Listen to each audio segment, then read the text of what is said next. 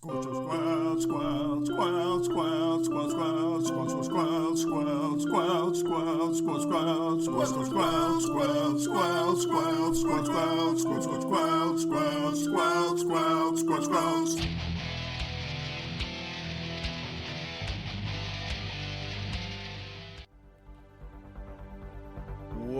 back to Squelch, the video game book club. I'm Dano. I'm Matt at Arms. And I'm Storm Rage, and we're here to remind you that Mass Effect Andromeda is a game, and that games are supposed to be fun. It's a fairly successful job this week. Good job, BioWare. I would say pretty fun. Pretty fun. I give it a thumbs up and a sideways thumb. Good job. Good job. This week we went to Kadara and we fought some criminals. Next week we are going to, and Storm Rage, we're going to talk about this probably off show, but next week we're going to complete the Hunting the Archon quest unless that ends the game. Does that send us to the end game? We'll have to figure that out. It might. So check in Discord, I will post whether that ends the game or not. That's why I've been hesitant to follow up with that one or not. So if it doesn't complete that quest, then go over to the really beautifully named planet of H047C, and then also go to Elaaden, and then do Mass Effect Andromeda things on those planets. You know the kind of stuff. You're going to fight a space dragon. You're going to go into find some like old remnant stuff. The stuff we've been doing the whole game. So do that. Those are two different planets. Elaaden for sure. I've already kind of dove in that a little bit. It's a fully fleshed big old planet. So we might have to kind of just like race through those two things this week. But if we want to finish up by Christmas, we'll need to do that. So yes. Hunting the Archon is not the end game. Okay. There will be more afterwards. So we can't complete that quest. Okay. I think if we're doing Hunting the Archon, that's a big quest to finish on its own. Yeah, we might want to just do H047 plus Hunting the Archon, and then do Elaaden next week, because Elaaden's a huge planet. H047C is not that large. Okay, so this week, just go to Elaaden, and then do all the planet stuff there, right? Okay, so this week we'll do Elaaden, next week we'll do Hunting the Archon, H047C. We were using next week differently. Okay, so. Yes. So what you were playing when you're done with this, go and do Elaaden. Go and do stuff at Elaaden. Right? Sure. Yes. Yeah. So pretend I didn't even mention the Hunting the Archon quest or H-047C. Pretend I didn't say anything about that. And then pretend I just said, go to Elaaden and do that planet. It's a regular planet. And also, we'll post in the Discord. Yes. In case anybody is thinking, wait, you've repeated yourselves somehow differently 5 different times. No, we didn't. You're crazy. You're imagining it.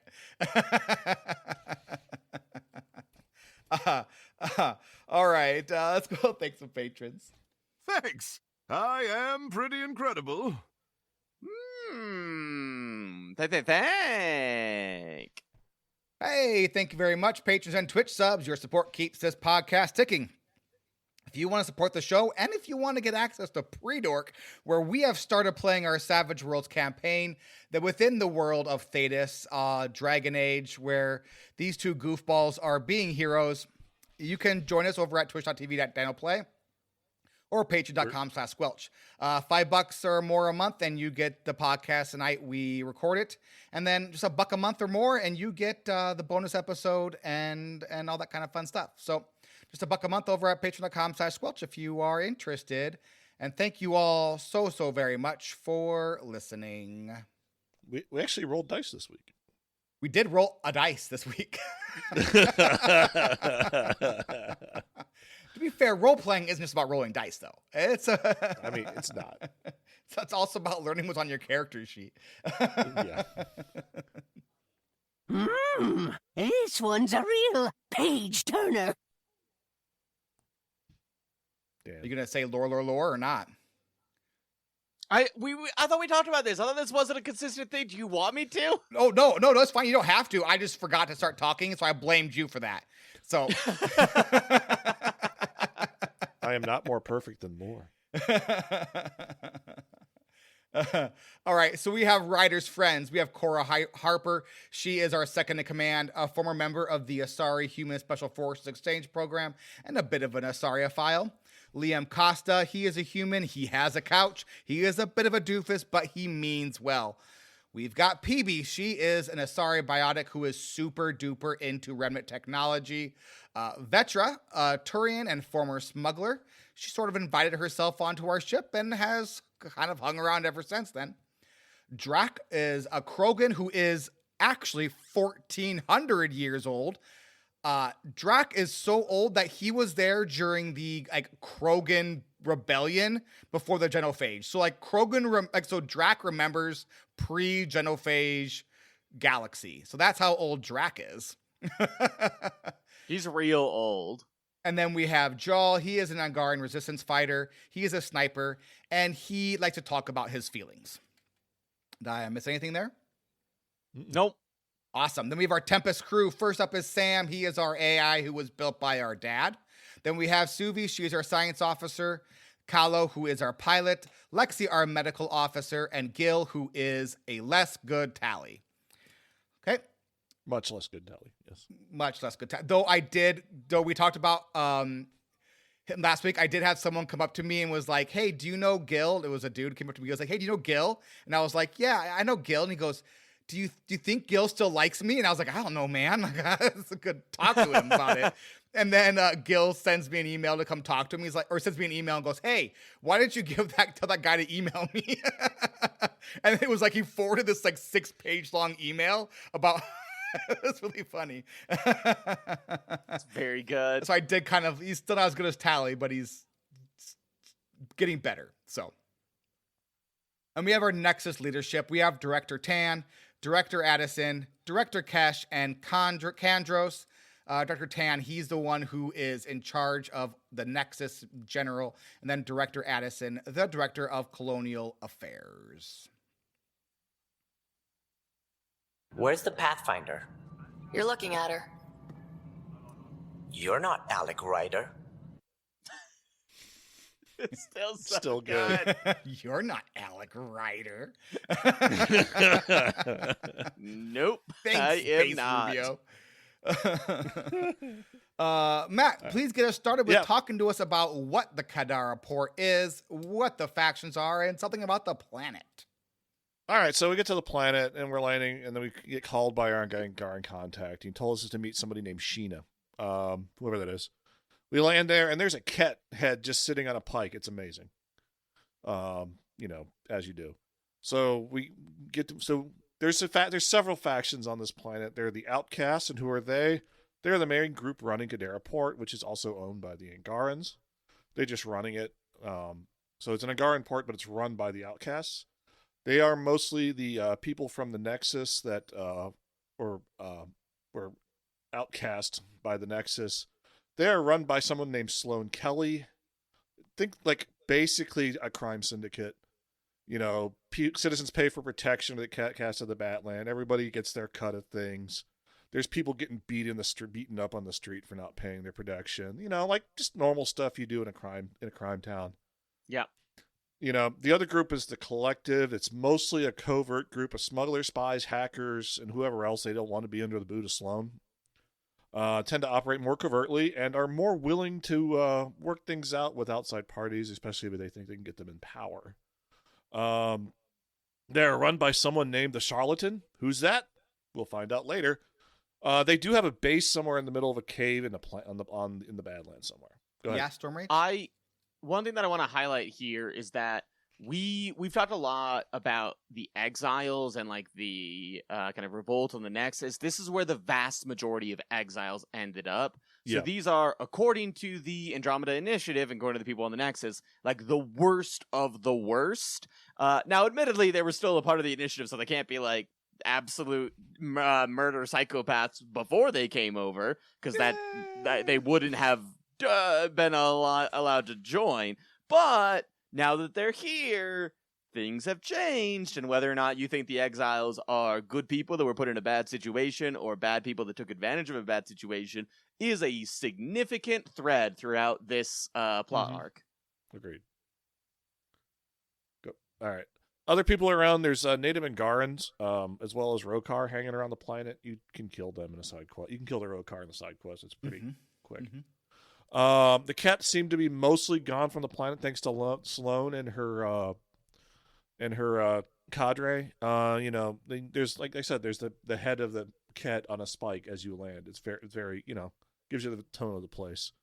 Below the port is the slums, where it's mainly a bar and some other ancillary buildings where people hang out in. You get some quests there. You meet up with Reyes. You do bar things. Outside of the slums is the Badlands, and that's where the most of the stuff happens on the planet. The Badlands is where people who are exiled from the port go to live. It's not a great place. Really harsh environment. The entire water is filled with like toxic chemicals and sulfur, which is great. If I want to describe the planet, it's like a rocky kind of rally world planet where it's like you have these paths, and guess what? The Mako 2 is really, really good in this planet. There's drop ships happening all over the place where action happens. And also, as it is, since it's Mass Effect Andromeda, and there's only there's only like 3 species of creatures that exist, they're here too. Yeah, because you got your dinosaur creature, you got your big dinosaur creature, and you got your little lizard creature. That's all the stuff that seems to be around. Yeah, we were talking about this before we got started, before you popped in Storm Rage, and I was telling Matt, I sure hope they come up with an in-game lore reason why all the planets have the same 4 animals on them. Because it's like, it'd be like if we like dropped the Mars rover and then there was like a kitty cat just chilling on a rock. It's just They aren't the exact same. They are very similar, but they are not the exact same. They might have different files. They might have different names. They have the same names. They're pretty much... No, they don't. They don't have the same names from planet to planet. But that's the planet. There's hills, there's mountains, there's areas you can't get to because they're too vertical. It's great. So there are 2 big things we came to Kadara for, other than like the beautiful terrain that they won't quit talking about how awful it is and how bad it smells. So we came here, 1, to figure out where the Archon is, because we have a lead on someone who might know where the Archon is. And then we also, because we're, pathfinding, we got to path found something, so we need to also settle Kadara. So I'm going to talk about hunting the Archon. So the Moshai told us that the Archon has a remnant map that we can use to find Meridian. Meridian being that place where we think we can fix all the vaults at once. We don't know exactly where the Archon is, but we do know there is a traitor on Kadara who turned the Moshai over to the Archon. And that guy is sitting in prison right now in Kadara Port. So maybe that guy knows how we can find the Archon. So we head over to Kadara Port and we meet up with Reyes Vidal. He is a contact of the Angaran Resistance and a known smuggler. He's kind of like just a man about town who just makes money however he can. Nice guy. You can flirt with him a bunch if you want to. Kind of a fun little character. He tells us that Sloane Kelly is going to execute Vane, who's this guy we need to talk to, because he is an Angaran traitor and she is a woman of the people, quote unquote, meaning she's going to make the Angarans happy by killing this Angaran traitor. So if we want to talk to him, we need to go talk to Sloane. He says that you need to be careful with this because Sloane's not just going to hand him over to us because we're quote unquote lapdogs of the Nexus. So we get in. We meet up with Sloane, who looks every bit the Pirate Queen. She has like kind of her head shaved to the sides with her head completely shaved with like piercings on her eyebrows and like bunch of like dots all over her face. She looks like a Pirate Queen. Imagine a Pirate Queen. That's what she looks like. Yeah, she looks like she's awesome. She looks like she's from the Borderlands video games. Honestly, yeah, she does look like from the Borderlands video games. So this could go 2 different ways. 1, we could be honest with her and tell her why we need to talk to him, and then to agree to some of her demands. And if we do this, then she's like, let's get in and talk to him, but we have to leave him behind. Those are her demands. If we choose to not tell her what we want to do with him or not agree to her demands, one of her guards comes over to her to get all bodyguardy, which is much more fun because if we do that, we have like a quick action where we can like steal his gun from him and then turn it around on him. And then they get super mad at us and kick us out, which is what I did. It was buckets of fun. So we get out and Reyes is there. He's like, hey, how'd that go? And we're like, not good. He's like, don't worry about it. I found another way in. So Reyes gives us directions into the prison. We sneak around and we find Vane. He's in there and he tells us that he turned the Moshai over to the Archon because he thought it would keep the Ket from kidnapping other Angarans, and he didn't know at the time that the Ket were turning Angarans into the Ket, and he kind of feels bad, but kind of not really, and just wants to kind of like be like, hey, I did this for a good reason, even though it was a bad thing. It's kind of his excuse. So he goes on to tell us that he buried a transponder outside of town that we could use to triangulate the position of the Archon ship. We leave and leave his cell unlocked so that he can escape into the waiting arms of the Angaran resistance. We will run into him again at the planet Aya, where the Moshai has him doing some gardening, and he is very mad about that. Like, not even a little bit. Like, she's like, yeah, I thought, the best way to kind of help him get back, to get over all of this is just to be out in the sun. And he's like, I hate her and hate you because it's like, you were going to get executed, my guy. Like, maybe thank you, but don't worry about it. I'm just going to walk away, I guess. Yeah. Storm Rage, do you have the alternative way this happens? Yeah, so if you play nice with Sloane, then you can go and she's like, hey, go talk to the dude, but just don't get too close to the bars. Basically, don't free him, and you can ask him anything you want. So you go, and I asked him, and he was like, Cat's transponder's over here. Do you want to know why I did it? And you could say, no, I don't care. And that's what I did, because I was like, you betrayed one of the leaders of your people to these people that are going to do terrible, terrible things to everybody you know and love. I don't care your reasoning. You don't get to have a manifesto. You get to rot in jail and die. Nice. Should have done that.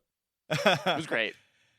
So we go out of town, we retrieve the Ket transponder, but it is broken. Luckily, not Tally can fix it. But while doing so, we start chatting with the Ket directly, which is not great. Nice work, not Tally. He quickly turns off the transponder, and now we've kind of figured out where the Archon is. But we don't go there quite yet, because we have more stuff to do on Kadara. Mm-hmm. So we go back to Kadara, and there are two main things we have to do here. First, we have to activate the vault, which, while mechanically interesting, doesn't really have much story impact that is different than the other vaults or monoliths that we've already done. But when we turn the vault on, the acid water is now less acidy, the smell is less bad, it is now more habitable, as has been the case every time we turn the vault on. The more significant thing is that in order to settle an outpost, we first have to clear it with whoever is in charge of Kadara, which, for now, is Sloane. So, before we get to that, Reyes invites us back to Kadara to a party that Sloane is hosting. We go! We chat with some of the major players of Kadara, we chat with Sloane, Sloane's second in command, a few other people that are there. You help a Turian who accidentally, talked about how hot his girlfriend's sister is, and he was like, oops, I goofed it, I tried to make her jealous, and you're like, what are you doing? Just go tell her you're an idiot and pray she forgives you. And if you do that, she does forgive him and says, just don't be an idiot. It's great. Then Reyes sneaks away, and turns out he had an ulterior motive for inviting you, because Reyes, despite the fact that we've now worked with him several times on Kadara, basically every quest that you do, he's like, hey, I need your help with this thing, and you get there, and he's like, oops, just kidding, it wasn't the thing that I asked you for, still gonna help me? Cool, great, I'm very charming. And, he lies almost every time we interact with him, but he's charming enough that you're like, okay. And he then tries to steal a bottle of booze. One of the guards walks by, and you can have a quick time event of responding, and you just kiss him, and you basically make out with Reyes in order to make it so the guards aren't suspicious, and the guards just like, okay, bye. Yes, Dano? If you've never flirted with him, instead of kissing him, you punch him in the stomach. That looks like he's throwing up. You punch him in the stomach and he doubles over, and you're like, "Oh, bud, had too much to drink." See, I was very flirty with Reyes. And we were making out. As was I. Then later, Sloane requests our presence. The charlatan is requesting a meeting, and Sloane wants us with her. To give another brief recap, so the main two factions at hand are Sloane and the Collective, which is run by the Charlatan. No one knows who the Charlatan is. They're a mysterious figure, and the Collective has been kind of picking off various members of Sloane Kelly's team in one way or another, and it feels like the planet is on the verge of civil war. So, Sloane normally would bring in her second in command, but her second in command was beaten so badly by the Collective that they are not available, and as a result, she doesn't trust anybody within her crew because she thinks anybody in her crew could be a part of the Collective, but you know who's not a part of her crew? Us. So, she can trust us more than her crew. So we're probably going to figure out who the charlatan is. You'll be so surprised to know that it's the only other character we've talked about. It's Reyes. I was Reyes so surprised. Yeah, I know, right? Reyes is the charlatan, and Reyes says, "Hey, Sloane, let's settle this with some honor. Let's have a one-on-one duel. Winner gets to keep Kadara." And Sloane is a little uneasy about it and then eventually agrees. But he's a little stinker, he's a little cheat, and instead he has a sniper that is focused on Sloane, that is planning on killing Sloane, therefore removing all of the honor. You can decide if you want to push Sloane out of the way because you notice the sniper before she does, or I assume you can let Reyes win. What did you guys pick here? Yes, Dano? Is this how you make Reyes in charge, by letting him snipe off Sloane?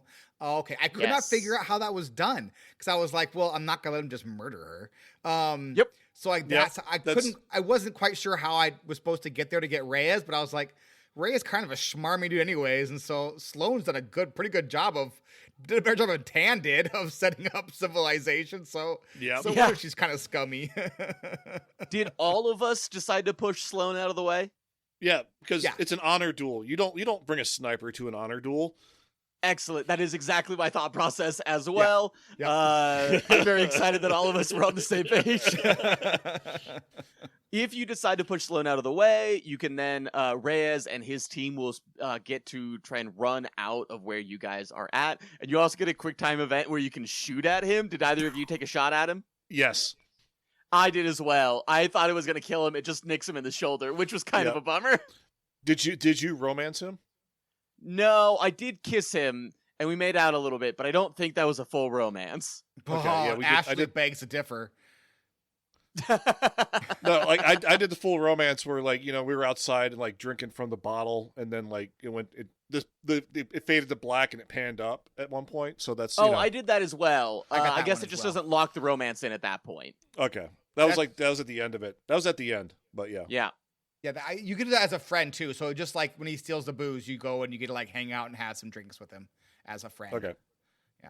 Whoever you end up deciding whether you save Sloane or not will then basically take control of Kadara with firm control. There's no longer a charlatan to be a pain for Sloane, and if Sloane is dead, then the charlatan will take over, and whoever it is will allow you to create a settlement on Kadara and guarantee the protection of the colonists, and they won't charge a protection fee. Which, good... because why would they? What? No, they charge Sloane does. They're charging. Yeah, Sloane charges protection fee. Yep. So for like, the colonists? Yeah. Oh yeah. She charges She the said she Nexus wouldn't a for me. protection fee. And she charges the Nexus the protection fee. I don't think she did in mine. Did you? Oh, wow. Were you cool with her? Maybe because I you were was cool chill with her 100% of the time. So Sloane and I I was were a jerk besties. with her at the beginning. So I wondered Same. because I was a jerk with her. She made me do the protection fee. That's cool. That's fun. Yeah. Yeah. That's super cool. But also now I regret not. Okay, now I have to go back 20 hours and redo all of Yeah. it. Let me just restart the game. It's fun. Okay, cool. All right, cool. Then we have our colony. It's over to Finley. Hello, old friend. Let's meet for tea after the match, shall we? Slurp, slurp, slurp. What'd you do this week, Matt at Arms? I kind of one-shot Kadara again, like all in one smash, because you can do that. It's great. Did some of the firefighters quest line where I found their hideout in Kadara and helped out the son who so the firefighters, they were all connected to Project, or like the main lady was connected to Project Overlord from the Mass Effect trilogy, and her son was involved in Project Overlord. And you can help him by crafting a MacGuffin, and all of a sudden he tells you the name of the project in her computer, so you can look it up on your computer and find out what to do next. I still have yet to do that. Went down to the port, bought some snacks snacks for movie night because Suvi's snacks didn't seem that good to some people. I found a hamster in my cargo hold and made it my pet. I did too. Yeah. Jal and Liam both got naked and insulted each other. It was kind of fun. It was a really funny scene, and I was love watching. that scene a lot. It's so good. And then now they're just bros. It's great. When Jal turns around and walks out of the room and just his butt naked. It's so funny. Yeah, it's great. Oh, Gil and Callow are cool. They're bros now. It's cool. They kind of hashed it out. Liam had a bit of a bum out sesh. I told him about his car that he got shipped from the Milky Way that should arrive in a couple million years. Jal wants to make gifts for people. It was very strange. It's very sweet. I don't think it was strange. It's very sweet, but also they very were strange. Funny gifts. My favorite moment about that quest is that Jal says, I've written a poem for Vetra, and I will inscribe it on I don't know. What do you think? Is this a good gift? And Ryder's like, yeah, sure. He's like, perhaps I'll just give it to her and recite it to her. And it's like, oh, that's so good. Oh, Jal, you sweet little angel. I think Ryder says, who wouldn't want a poem written for them or something like that? Yeah. Right? My favorite was like, I want to give a decorative knife to Drac. I was like, yes. Oh, that sounds nice. He's like, would you like a decorative knife? It's great. And then when I was on Kadara, I found some Angarans who were murdered for their water purifiers. So I found the people who murdered them and murdered them. It was great. Storm Rage, what'd you do? I did a few more of the best friend quests, but they're all things that Dano has already talked about, so no need to do it again. As far as play style, I'm still doing the kind of biotic sniper, which I've had a lot of fun with, but I want to make sure that I get through at least a taste of all of the different builds. I think I'm going to swap to an engineer build here soon. It's fun. Just to give it a crack. My favorite two quests that I found so far was one, there was a doctor that is in the slums at Kadara who is like, hey, I created this medicine, and then Sloan realized that it is basically a super drug for getting high, and now Sloan's going to market it as an extremely addictive drug. Please don't do that. Can you steal the formula back from me, and I'll use it to, like, save people's lives? So then I went out and I found the thing that they were looking for, and the person that I'm about to take it from goes, hey, whoa, whoa, whoa, whoa. Please don't do that. If you take it, Sloan's going to kill me. And also, that doctor knew what he was doing when he was doing it. He was making a drug so people would get addicted and be high. He's not a savior. And I went, fine, you can keep the formula. And then I went back to the doctor, and the doctor was like, what? What are you talking about? You trusted that drug dealer over me? I'm actively helping people. And I went, ooh, might have goofed this one. Dano? So I did that quest as well, but instead of believing the drug dealer, I believed the doctor who had a free clinic open in Kadara where he was helping to heal people. And if you bring the drug back to him, you go, yeah, so they said that you knew all along what was going on, and that you wanted to make the drug. And he's like, what are you talking about? That person's not even a doctor. And then if you give him the drug back that one after you make the colony, he is the doctor of the colony. Oh. Whoops. I don't think he'll be the doctor at my colony. Nope. But that one was tricky, though, because you're like, ooh, which one do I believe? But it's like, yeah, when you actually do finish the whole thing, you're like, wait a minute, yeah, that guy did have a free clinic, didn't he? Yeah. The other one that I think is really interesting is someone gets woken up on the Nexus and they have a terminal illness that is incredibly contagious, incredibly lethal, and can cross species. And so the head of the human ship calls you and is like, we need to track her down, but we cannot cause a panic. Find her and see what you can do. So we go track her down, we track her out throughout the Nexus, then she finds a way off station. And one of the symptoms is kind of delirium. So she's kind of delirious, and she finds her way off station. She eventually crash lands on Kadara. We find out that she basically knew what was happening and set her own escape pod to explode. So she was planning on blowing herself up so she wouldn't kind of contaminate anybody else or the station or anything along those lines, and the disease would not actually be brought into Andromeda. But before she is successful in that, she is kidnapped by the Rokar. When we find out that the Angaran are actually immune to the disease, we confront the Rokar, and they either give us the sick person back, and Sam thinks that with the Angaran physiology and the Angaran notes, we might be able to create a cure, and so we can either let the Rokar live and this woman live, or we can say, no deal, the Rokar kill the woman, we kill all the Rokar, we take her tissue, we take some Angaran tissue, and we will make a cure, hypothetically, in the future, in case this disease is somewhere else that we just haven't tracked. Yeah, it was a fun quest. Dano, what'd you play? So I did Korra's best friend quest, which also happened to be the where we found the Asari, so that was good. So Korra has found the Asari Ark, and she informed me in the most expedient way possible via email. So she sent me an email. It's like, hey, come and find me. I'm like, you could have come and found me. The ship is not very large, but okay, cool. Thank you for sending me an email. So Korra, myself, and another friend hop onto a ship, and we head over to where we found them. And we find the Lucinia, which is the name of the Asari Ark, and it is heavily damaged and nearly, not quite, but nearly without power. Making our way through the dark, we hear the captain give order over the comms to vent the corridor we are currently in out to space. We talk her into not murdering us and convince her that we are the human Pathfinder and not some cat. And she's like, oh, cool. Come on up to the bridge. So on our way up to the bridge, we read various data pads. This could just be read data pads, the quest. So we read various data pads, and we find out that Matriarch Ashara is not the Pathfinder anymore. She is in fact dead, and instead her second in command, Sarissa, is the Pathfinder. Korra is a big fan of Sarissa. You might say a fangirl even. So even though this is tragic, she's sure everything will be just fine because Sarissa is a big deal in like the Asari commando culture. She's great. She's awesome. And Korra has even read her book. Further reading of datapads tells us that Sarissa went against Sam's recommendation of waking up critical personnel, and instead she chose to wake up the families of the bridge crew, going so far as to say, Sam, family first.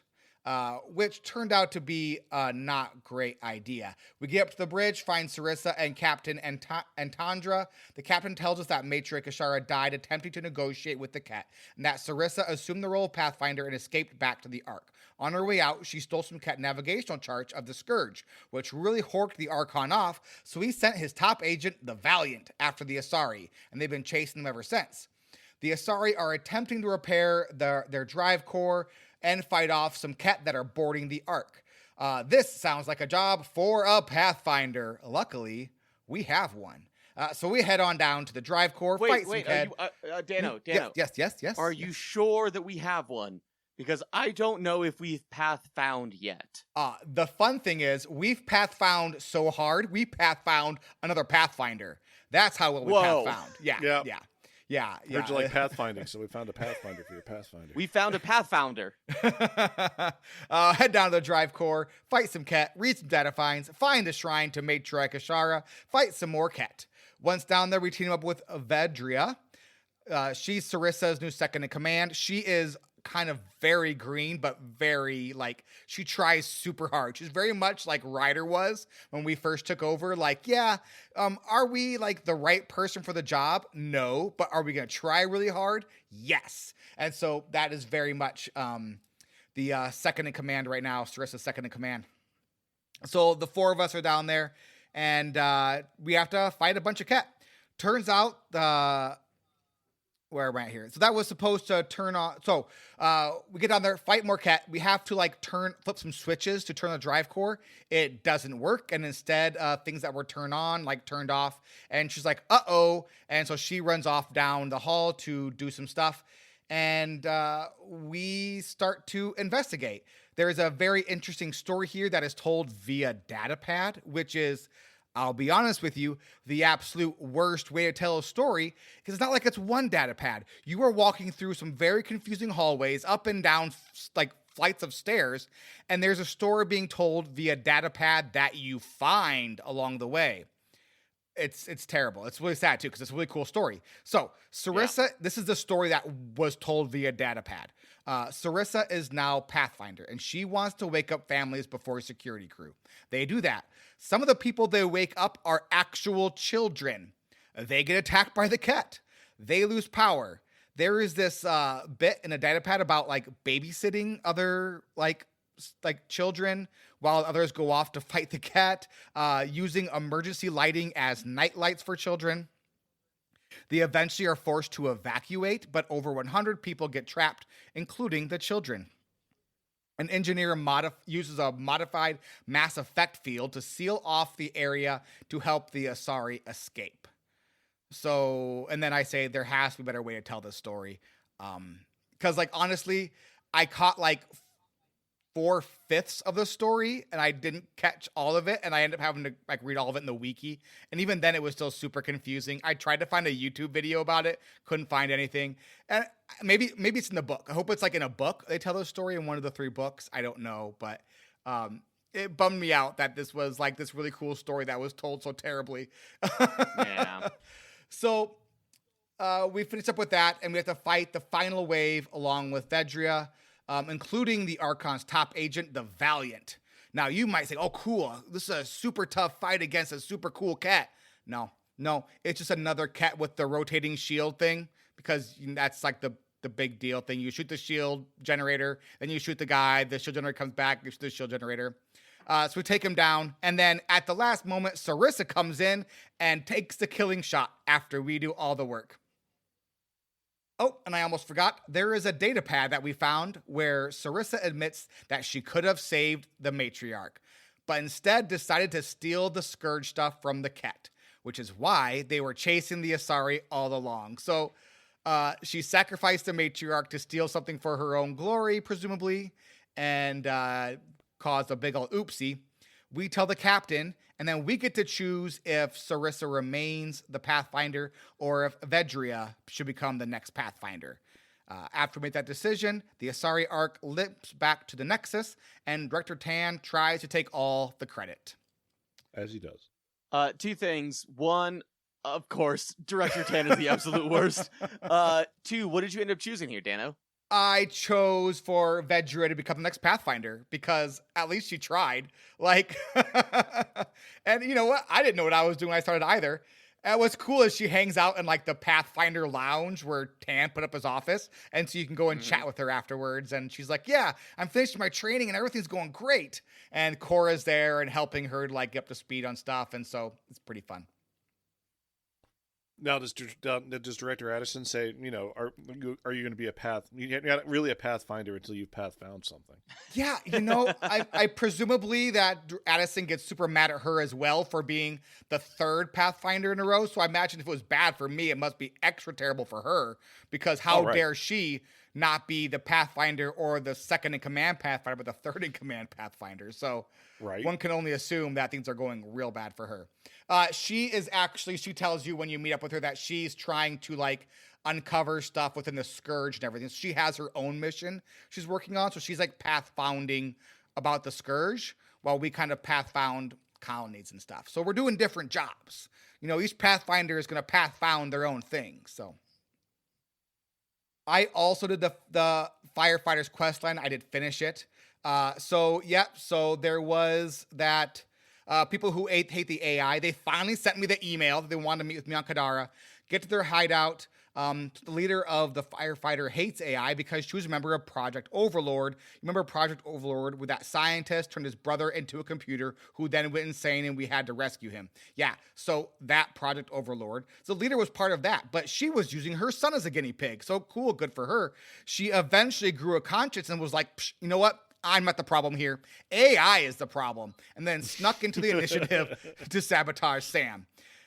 So she has some super big plan that no one will talk about. We have to trick her son, and not really trick. We have to convince her son into telling us about this plan. We convince him by like fixing his glitch. Apparently, like he has some problem with his spine, and we just put Sam to the task. And like in 3 minutes, he's like, "Oh yeah, just have him do this, and then he'll be just fine." And so we do that, and he's just fine. And after we help him walk again, he like trusts us and tells us that his mom is gonna blow up the Nexus. Not all the Nexus, but like just parts of the Nexus. So we go to the Nexus, we find all the bombs, and then we tell her that we used AI to make her son better. And she's like, "Oh, my bad. AI is great." And then we can choose to either have a sniper snipe her or have her like walk off and assume we get arrested or something. I'm not entirely sure. But that's how that quest line finishes up. Matt, you're welcome. I can't wait to go do it myself. And I picked up some beer for a party for Kesh. I helped an Asari talk to her mom. Sid, Vetra's sister, uncovered some shenanigans and ops in the Nexus. So we travel around an entire star system scanning things, only to return to where we started at Kadara. Very cool. Love that. Love having to go all the way around the galaxy to come back to where I started. Turns out a mercenary gang called the Three Sabers has been hitting Nexus cargo as if they had some inside information. We learned they did have inside information, and some guy named Yale hired them for protection before they eventually went rogue. We killed him, and then we tracked them back to this contact, and he was like, "Well, you took care of it, so no harm, no foul." Oh, and Addison, you know, the director of staying in her apartment instead of doing her job and actually going to any of the colonies she's supposed to be directing. Yeah, she was the one who thought of hiring the mercenaries to defend and stuff. And she gave them a bunch of information and thought it was a great idea. So we go and confront Director Addison, and she agrees with Yale that since I took care of it, we should just, sweep this under the rug like it never happened because iPath found it. And we get to choose whether we keep it a secret or we go public with it. I chose to go public with it because Director Addison sucks. Yeah. I bought some information about a cache of weapons and then had to kill some people who bought the same information from the same person. That was fun. I hit some rocks again. I scanned some plants again. And I killed the same space dragon again for the third time. It is a different space dragon, but it is the exact same space dragon fight 3 times in a row. That's what I did on Kadara.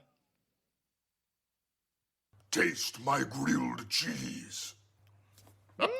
Munch, munch, munch. What be our first good man-at-arms? Kadara, it's fun. I just enjoyed bopping around the entire planet with the new Mako. It was actually, I think, was honestly built for the new Mako because the way it was designed, because the way it just felt like, the Mako was built for that planet and that planet only. It was just, getting into fights, dodging drop ships, running over bad guys, running over dinosaurs. It was fun. I enjoyed it. Dano, what's the not so good? Yeah, the not so good as the space dragon fights are all the same exact fights. You shoot the legs, and when one of the legs goes out, you can shoot the head, and then eventually it summons some ads. You kill the ass, you take care of another leg, and then it flies off to another spot. You chase it, you take out the last leg, and then you take out the head. It's the same fight. It's not even like a little bit different. It's the exact same fight, and they look exactly the same. And when you're done, you go and you like hack it, and it flies up into space. Like it was really cool the first time I did it, and now I've done it 3 times. I'm like, you didn't even try to make it different. Like, sure, like Dragon Age Inquisition dragons are essentially the same, but at least they have different hit points and different powers, and some have like dragonlings that join and some don't, and some have like at least they tried to make it a different fight. This was like, oh, we need to have a big dragon because this is like Dragon Age Inquisition in space. Here, make this a dragon and just Control C, Control V, Control C, Control V. It's really lazy. It was like incredibly lazy for like the only big fight in the game. You don't have other big fights in the game. This is the big fight. And so it's shocking. It's really crazy. What's our best good? Our best good is, I think that in most games, when games try to make multiple characters morally gray, especially in like the pirate lore type situation, most of the time the person that the player interacts with is objectively just the worst person, or the person doesn't interact with is the worst person. The person that the player does interact with is just better because they're more likable, they're more interesting, we've spent time with them, whatever it happens to be. And Mass Effect doesn't do that. Reyes, even though we work with him a lot, and even though he does do some good things, he's also a little snake. Mm-hmm. And I love that they like kind of hinted that throughout the entirety of it, of like every time it's here's a thing that I'm doing. Ooh, actually I lied about that thing, but you're still okay with it, right? Because I'm pretty funny. And I'm like, I am okay with it. And then it's like the honor duel, and you're like, okay, is it? And then of course it's not, because he consistently is like, this is the thing. Actually, it's not. And I really like that both Reyes and Sloan are both like very bad people in very different ways. Sloan is, I'm going to tell you exactly what I mean, and it's going to be brutal, and I may kill you if I don't like you, but I will tell you what I mean. Reyes is, I will be nice to you a lot of the time, but I will never tell you the full truth. And I really like that juxtaposition, and that the decision at the end was actually, I think, a tough one, and interesting that all of us ended up making the same choice, which kind of undercuts my point here, but I think it still stands. Yeah. I like Reyes. He plays that like scoundrel. They played him very well as that like scoundrel rogue. Mm-hmm. And then like, yeah, I honestly I was a bit surprised by the Charlatan reveal, because, you know, I was 1 a.m. and I was tired, but also it worked. It worked for me. So it worked. It really worked for me. So I would have probably thought about it a little bit more if it had been more of a choice as opposed to like a quick time event. Yeah, where it's like, oh, there's a sniper that's going to shoot this person. Like, that's, you know, what? Nope, that's not. Nope.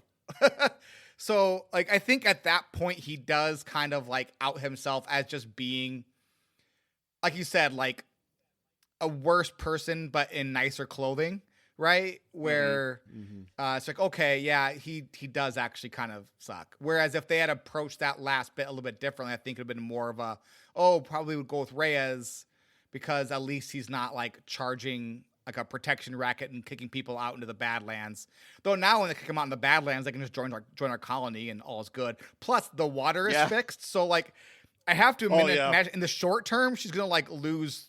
I mean, why would you stay? I fixed the water. You could just go live happily out in it's a kind of nice planet now. Yeah, like the scanning for bodies quest, that actually got a lot easier once I fixed the planet. You can walk in the water now. Exactly. Oh, I didn't realize that. That's very good. Yeah. Yeah, so like you can like walk in the water and drive through the water and everything now, and it's perfectly fine. Yeah. Yeah, Matt. Bonus best good. If you're doing the scanning for bodies quest, if you're down by where the settlement's going to be, there's like 2 guys hanging out, like just by the beach, and they're about to toss a body into the water, and they're like, "Nah, this is our buddy. He's just tired. He had a rough night. We're letting him rest." It's great. If you go back to that spot later, Matt, the body will be there, but the guys are gone. So the body just left the body. They didn't even dump it into the water. What's our extra best good? The extra best good is the following email. To Ryder from Drac. Last time I was on Kadara, I met this Asari at Krallos who said she'd let me in on a little score. Apparently, there's this matriarch who came over on the Nexus, only she died in stasis. My contact says she's next in line for the old lady's credits. A lot of credits. And get this, she says she'll split them with me. Trouble is, there's red tape, transfer fees, and she's having trouble mustering up the credits to clear them, asking if I could cover the transfer cost. I tried to bring Vetra in on this, but she says it's a scam. I'm not so sure. Seems like a pretty good opportunity to me, from Drac. To Ryder from Drac. It was a scam. Do me a favor and don't tell Vetra, okay? I love that email so much. He asks each traveler 5 questions. 3 questions. 3 questions. 3, that's a magic number. I will ask myself 3 questions. Hey there, Matt. What are you liking so far? Kadara feels like the most complete zone we've been in. Like, it feels like the most fleshed out, the most, like, at least most interesting zone for me. Like, the most one that given the most attention. I think the Outcast story is really compelling. I like the fact that, like, everybody kind of left the Milky Way for their own reasons, to either get rid of something or for the joy or the exploration thing. But also the fact that the Outcasts, they kind of like started their own thing away from the Nexus and the Initiative. I thought it was really cool. I think it's told very well through like the side quests and stuff. I enjoyed that tremendously. Hoth is Havarl, right? Havarl is Hoth, the ice planet. No, Vold is Hoth because Vold is cold. I thought Vold is cold. You're right. My bad. I thought Vold was actually really, really good too. Yeah. I thought the problem with Vold was that it was a little confusing with some of the quests, but yeah. I agree. Kadara and Vold are both really good. Yeah. I think Vold has a sharp quest line. I think Kadara has a better world. Yes. I think that the world that Kadara built, and this is what am I liking so far, is also Kadara, because I think it's just a fun and cool planet.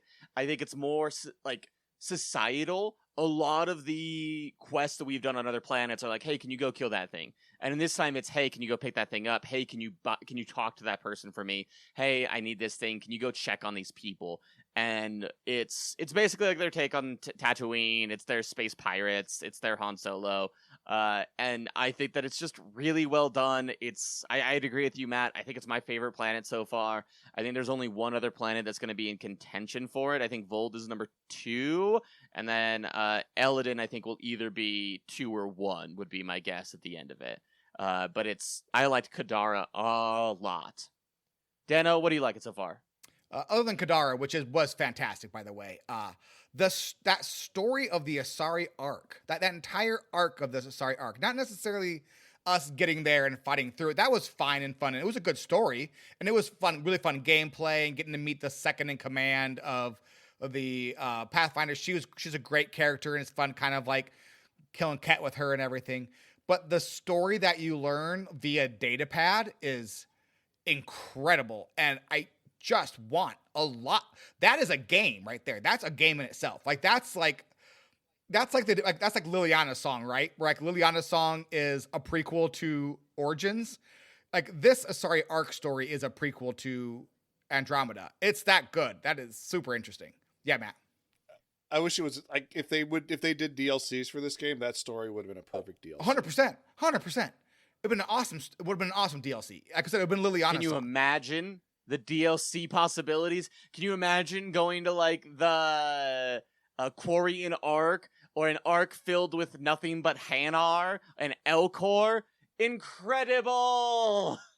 I was in another Discord talking about Andromeda just the other day, and I was like, this game, like, if BioWare and EA weren't cowards, this game would have been so much better, because the DLC would have fixed a lot of this. Like, and then just fixing some of the quests, 100%. And then whatever happened with some of the originality. But picked like 3 DLC would have gone a long way. Yeah. At least picked like 3 other dinosaurs to put on other planets. No. What are you struggling with there, Matt?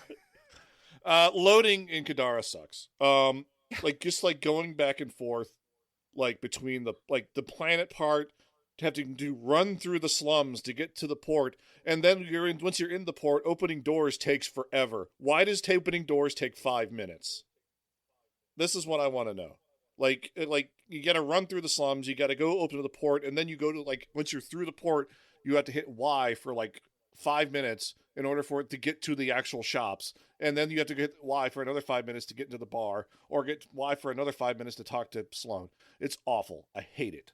And my biggest pet peeve of the game, if I want to go into my ship, Why do I have to get a cutscene to go into space when I just want to go in my ship and hang out on the planet in my ship? That's every time I want to go. I need to go in and do a quick phone call and come back. Why am I going into space?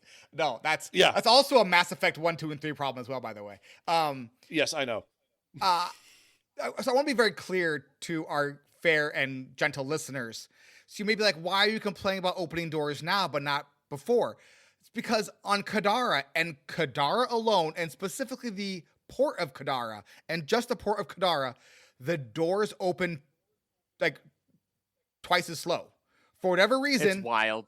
For whatever reason, the doors just like they're where a normal door be open, you are halfway there. So the doors just take longer to open for no reason. I have no idea why. It just takes forever. It's insane. You just see her and like, when you go and like tapping away on your Omni tool. It's like, what are we doing? Not everyone has an Omni tool. Why don't we have doorknobs? but also there's quests where you're like going from like out in the field back into seeing, like, go to the bar or going to the leader, and it's like you have to go through all these doors, and it's like you have to run through the slums and do this. Like, oh, come on, it's bad. Yeah, Kadara Port has some issues in it because you have to also like, it's not even fast traveling to places. You have to pick up a shuttle to the slums. Why? It's not that big. I have to take a shuttle to the. It's a weirdly designed zone. Like, I'm not sure what was going on there, but I'm not sure they ran out of time with it or whatever. But Kadara Port, while being very interesting, it is very strangely designed. Yeah. Stormers, what are you struggling with? Well, Matt, you nailed what is the actual biggest complaint of the week, so I'll take something else. I wish, and I know that this is an odd complaint, and this is a complaint for me and me alone, I wish they had done less quests. I wish they had done less things. Like, I think that you can cut out a lot of stuff and make it tighter. Like, I think Mass Effect 1, even with the problems that it has, if you do everything in Mass Effect 1, that's like an 18-hour game. And so, even though there are problems to it, at worst, you're playing a really amazing, incredible setup for the other games. This is, like, at minimum, you're playing 40, 50 hours in this game. If you just want to blitz through it, and if you want to blitz through it, you're missing what makes the game good, and that sucks. And I wish they had cut down either on the number of planets or the number of quests or whatever it is to like guide people more to the more curated experiences, because there's some great experiences. You just have to look for them, and that can be frustrating. Yep. Dano, what are you struggling with? I actually had something different, but I'm going to piggyback on what you just said, actually, because I actually started taking notes for my my final rating for this, and that was a big complaint I had, was they never actually asked themselves why this was in the game. Like, why are we doing this, right? Like, there are a lot of planets in this game, and in previous Mass Effect games, there were always things on the planets. You could mine the planet. You could scan the planet. There'd be a right about 90%, nah, it's not true. 80% of the planets, you just visit the planet and then you immediately leave, but you're visiting it just to complete the solar system that it's in. Because it'll be like, oh, it's 80%. You go there and then like you just go there and nothing happens and then you leave. So what's the point of that? And like in some of those star systems, there will be things like there will be a satellite you need to discover or something where it's like, well, why isn't that satellite around one of those planets? Why is this satellite or this spaceship just way out in dead space? Why not have it be around one of these planets and have that planet be there for a reason? Like there's a lot of that, like the smashing rocks and scanning plants quests. Like, I get that, like, if we actually went to a new galaxy, that's something we would do, but, like, that's not fun to do. Like, you also scanning animals quests. They're scanning animals, scanning plants, and scanning rocks. It's like, but why are we doing that? I agree 100%. There's a lot in this game where you're just like, but why are we doing it? And then, like you said, Storm Rage, a good chunk of the interesting in this game is hidden in those bits. So, like, if you don't do the final side quest of a zone, you don't get to kill the space dragon. Those are hidden behind everything else. So the final, usually you have to set up the colony, and then you go, after you set up the colony, you go and you find the final quest of the colony, and that is the go out and like, it's like, oh, go check on this cult. And you get to the cult, and it turned out they were worshiping a space dragon, and you have to kill the space dragon. So it's like, even like that stuff is like hidden behind like worthless stuff, right? So it really, like, hiding the good stuff, it was really an interesting approach to take in this game, I think, because there was so much good stuff and so many interesting stories, like the Asari arc. Like, that Asari story of the Asari arc was that was what I was struggling with, is that was the most interesting story they've told in this game, and they told it via data pad reading. You have to go and click on the random data pads and then piece the story together via the data pads that you read. That's an insane way to tell that story.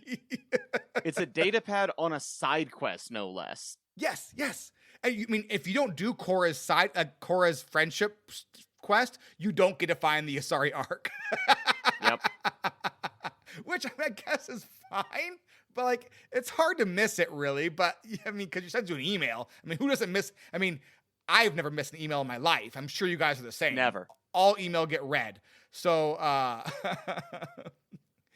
Matt, what surprised you about the game? Reyes is I was surprised by Reyes. I enjoyed this Reyes storyline tremendously, especially if you did pursue a romance with him, which I did. It was kind of and the reveal was, I enjoyed the reveal tremendously. I thought the haha, I am the charlatan. I'm like, oh, okay, cool. that makes sense. And then with the underhanded tactics with the duel was kind of perfect for his character. And then if you shoot him and you get an email after the whole thing is done, he says the pain was worth it, or something. I always have the mark to remember us, or something like that. It's great. So yeah, I enjoyed Reyes tremendously. Stormrage, how about you? In the original Mass Effect trilogy, I think that there are very few moments that are actually morally gray. Most of the responses that you have are either pretty heroic or absolutely masochistic. And there are some stories in there that are morally gray, but they're few and far between. Most of the time, even if you do the crazy thing, it's to a greater end. And I think Andromeda just does a really great job of telling morally gray stories. And I've done a lot of things that I went, yeah, I think this is the right call, and then genuinely not known, because I don't know if that'll lead to other things. Survival is really tricky, and survival of one group often means that another group doesn't. And choosing between those two groups when both are like, hey, we'd like water, and it's like, well, one of you gets it, is really hard to do. And I think that they've done a really great job finessing those types of stories. Matt? Yeah, actually that morally gray thing especially with the Angaran water filters storyline. What ends up happening is the Angarans, they realize these people from the Milky Way are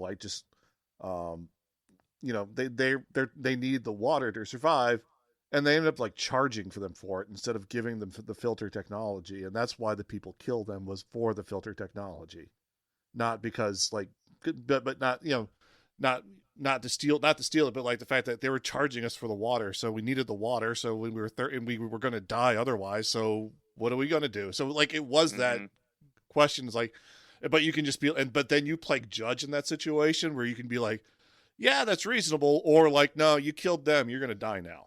Yeah. Which is kind of great. Yeah. Dano, what about you? Basically what you all said at the beginning of this, there's a nuanced story between the Exiles and the Nexus. And the game does a pretty good job of telling that story, I feel like. The Exiles aren't necessarily good people, but the Nexus also did a really bad job of that.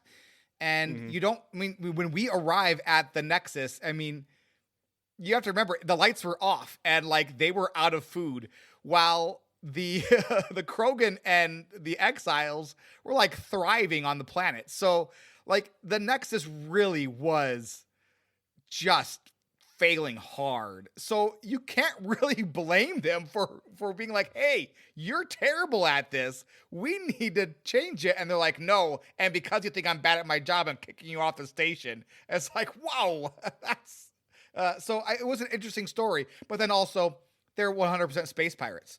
Like they're space pirates. So then they're not good people either. I liked it. It was very good. It was very, very good. You want to buy some death sticks? You don't want to sell me death sticks. I don't want to sell you death sticks. You want to go home and rethink your life. I want to go home and rethink my life. Hey, Storm Rage, sell the game to a friend. Do you want to start with Matt first? Matt? That way you and I can go back to back? Yes. Matt, sell the game to a friend. Kadara World Rally, or Kadara World Mako Rally 18. Because that's when the game came out. I'd play that game. Yeah.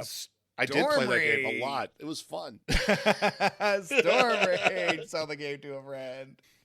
Who needs space pirates when you have frenemies?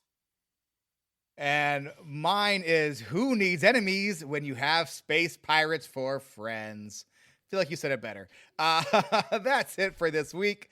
Next week, our team is going to talk down to us like we're not good enough to be in charge. This happened this week. Yeah, it happens most weeks. Most weeks our team's like, Ryder, you're super chill. I'm glad you're alive. You're doing great. If you ever tell me to do anything, I will walk away. Mine was, I didn't say the meeting was adjourned, but I guess it's adjourned. That's it for this week. Thank you so much for listening. Thanks to all our patrons and Twitch subs for patronizing us. You can find links to our Discord and our content information in the link tree in the description in this episode. And Mass Effect Andromeda is a game, and games are supposed to be fun. Yeah! Let's pathfind until we're pathfound, baby. This is the end of the show. Everybody bye!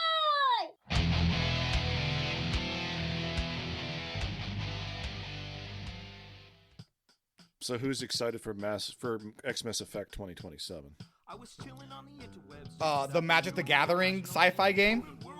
Yeah, the one that's made by the Mass Effect devs from Mass Effect 1 and 2. That Magic the Gathering, or the Wizard of the Coast bought and made a game studio out of. Yeah. Yeah, I am excited. I'll tell you what. At first I was whelmed at best. And then I watched the kind of the cinematic trailer, and that does look like a legitimately interesting story. So, yeah, I think we will play it for Xmas Effect 2027, unless it ends up being a bomb. Yep. But or like if it gets if it turns into a bomb, it's the better reason to play it. Or if it gets stolen. We are going to play Veilguard. Right? So that is the good thing about Squelch, is we don't need to play good games. We just need to play games. Yeah, but also we've had a good play games. But again, with all we've played are good games. Like, spoiler alert for like the end of this series. I'm going to rate this pretty high. I'm enjoying this. So yeah. I think it is going to rank higher than I expect it to. Yeah. Yeah, I actually, I've gotten pretty frustrated with parts of this game, and not the actual game, but like the decisions of like how they kind of like the creativity of it. I found to be like, so I've 100% every single planet so far, and I've 100% the entire like Helios system. I've gone to every planet and everything, and it gets pretty samey. Or, like I said, you kind of start wondering, like, well, why is this solar system even here? There's one planet in it that we need to be doing anything with, and the rest is literally empty. And then I can go and find, like, oh, I found another river that gave me experience points. Cool. Yeah. So that's I actually got a little frustrated this week playing the game. Not with the actual game itself or even the main story, but like just like the things that make an open world game like this really good and interesting. I feel like that's the part they missed. I think this is a good game for people that do not want to 100% a game. Mm-hmm. Yeah, the hard part is how Except- you know except- which ones except- are the ones to play, though. Because there's so many Yeah. quests, and some of the quests are fantastic. Like, Yeah, and then there's the MacGuffin quest where it's just like, oh. Yeah. and some Find of the me McMuffin more quests are things. fantastic, though. It's impossible to know what's going to be good and what's going to be bad in this game. It's Oh, impossible to did know. We did not talk about what's her name, the sister of Werner. Oh, yes, the sister of the guy who pretended to be the N7 agent. Yes. We didn't. Yeah. Yeah, we meet Conrad Werner's sister, who was in the bar in Kadara, in the slums of Kadara, and like basically she's like, I can't wait to become super popular here and go back to the Milky Way and rub it in Conrad's face, and I'm like, he died 600 years ago, but okay. Yep. I love that she's super jealous of her famous brother Conrad Werner, the liar. It's so good. Yeah. All right, that's it. Thank you all so much for listening, and we'll talk at you again next week. Bye-bye. Bye-bye.